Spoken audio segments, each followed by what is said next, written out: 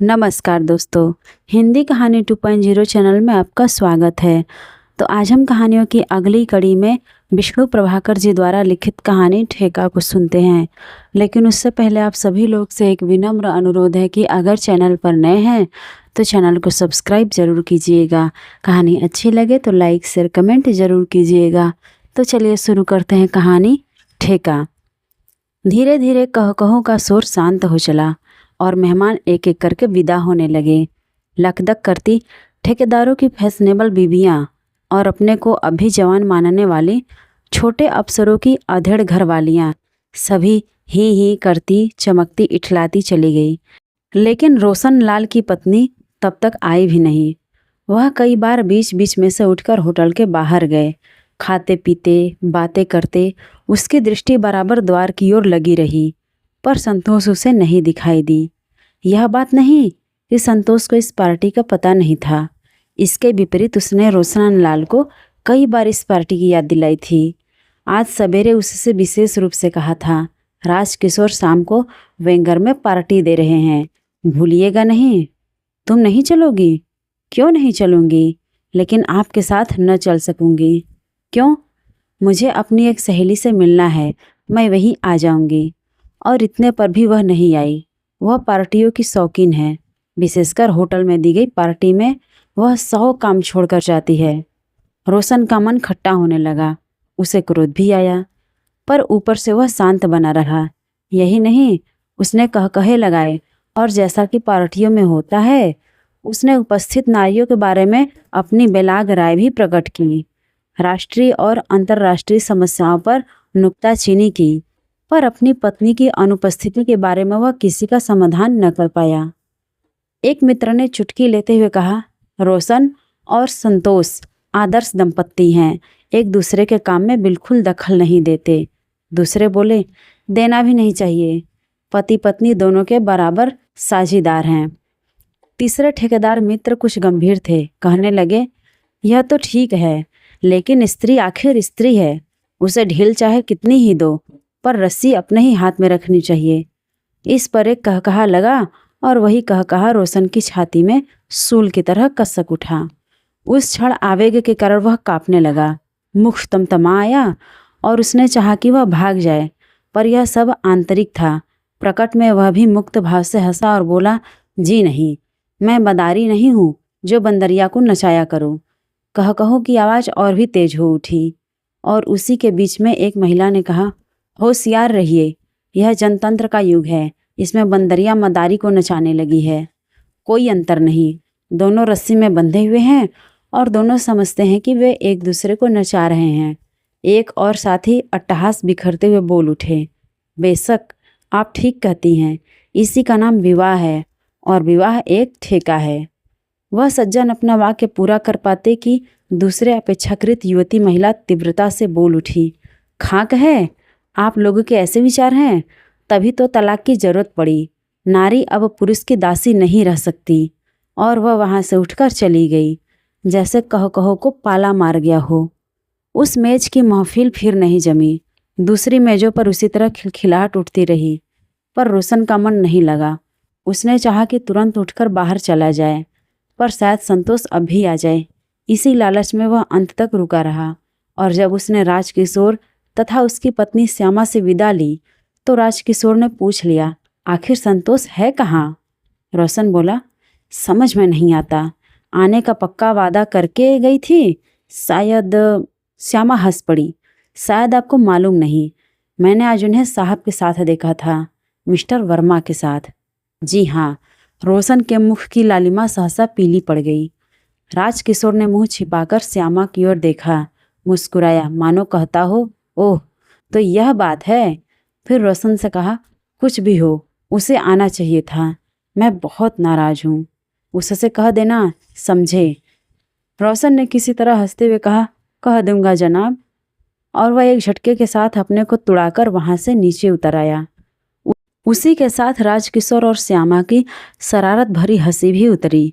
अगर वह सुन पाता तो श्यामा कह रही थी, संतोष मुझे पराजित करना चाहती है, पर लेकिन रोशन कुछ भी सुनने की स्थिति में न था। उसका तन मन झुलस रहा था और आवेश के कारण पैर डगमगा रहे थे, क्रोध के कारण या ग्लानि के, कुछ पता नहीं, पर वह विचारों के तूफान में फंस गया था। उन्हीं में उलझ उलझ कर उसकी बुद्धि बार बार लड़खड़ा पड़ती थी। वह क्यों नहीं आई? आखिर क्यों?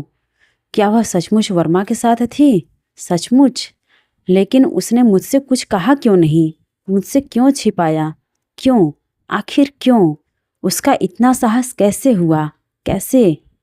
अंतिम वाक्य उसने इतने जोर से कहा कि वह स्वयं चौंक पड़ा। आसपास वाले व्यक्ति उसे अचरज से देखने लगे, पर दूसरे ही क्षण वह फिर तूफान में खो गया। वह जानता है कि संतोष बड़ी सामाजिक है, खूब मिलती जुलती है। सरकारी विभागों के प्रमुख कर्मचारियों से उसकी रबजब ज़्यादा है। इसका प्रारंभ उसी ने तो कराया था, नहीं तो वह इतनी लजीली थी कि उसके सामने भी नयन नहीं उठाती थी। वह कांप गया। एक के बाद एक सिहरन तरंग की भांति एड़ी से उठती और उसे मस्तिष्क तक झंझना देती। वह फुसफुसाया, इस सामाजिकता से उन्हें कितना लाभ हुआ है, लेकिन संतोष उससे छिपकर कभी किसी से नहीं मिलती, कभी उससे कुछ नहीं छिपाती, कभी उससे दूर भी नहीं जाती। हाँ, कभी उससे दूर नहीं जाती। जो कुछ करती है उसके कहने से करती है। संतोष उसी की है, संतोष रोशन की है। नहीं नहीं, वह चीख उठा। राजकिशोर मुस्कुरा रहा था। उसकी मुस्कुराहट का साफ यही मतलब था कि संतोष मेरी चिंता नहीं करती, मुझसे छिपकर अफसरों से मिलती है, मुझे धोखा देती है, चराती है, हरजाई है। वह तेजी से दौड़ने लगा। उसके हाथ कुलमुलाने लगे। वह किसी का गला घोटने को आतुर हो उठा। उसने न तांगे वाली की पुकार पर ध्यान दिया, न बस के अड्डे पर रुका।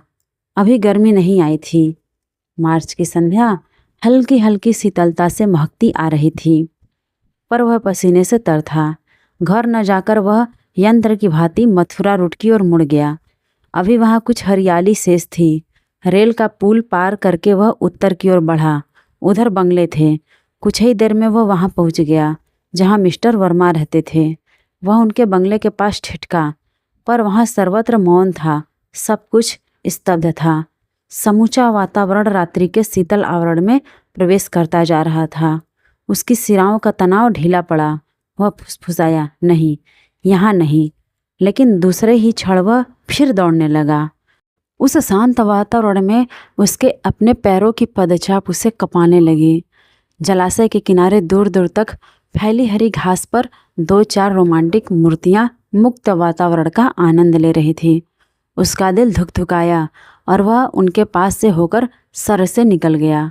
वह फिर रेस्टोरेंट और फैशनेबल सामान वाले बाजार की ओर मुड़ गया और कुछ देर बाद विचारों के तूफानों के थपेड़े खाता हुआ एक शानदार रेस्टोरेंट के सामने रुक गया।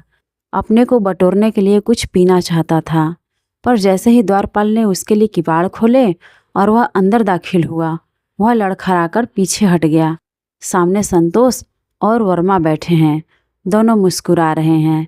वह एकाएक हांफने लगा, गिरते गिरते बचा और फिर द्वारपाल को चौंकाता हुआ तेजी से एक और भागता चला गया। भागता गया, भागता गया, तब तक भागता ही गया जब तक उसका घर नहीं आ गया। रोशनी जल रही थी। दोनों बच्चे सो गए थे, पर नौकर ऊँघ रहा था। उसने किसी और ध्यान नहीं दिया, सीधा अपने पलंग पर जाकर गिर पड़ा। वह बहुत देर तक पड़ा रहा।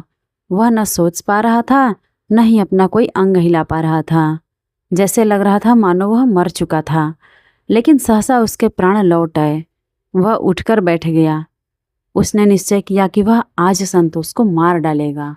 हाँ, मार डालेगा, जान से मार डालेगा।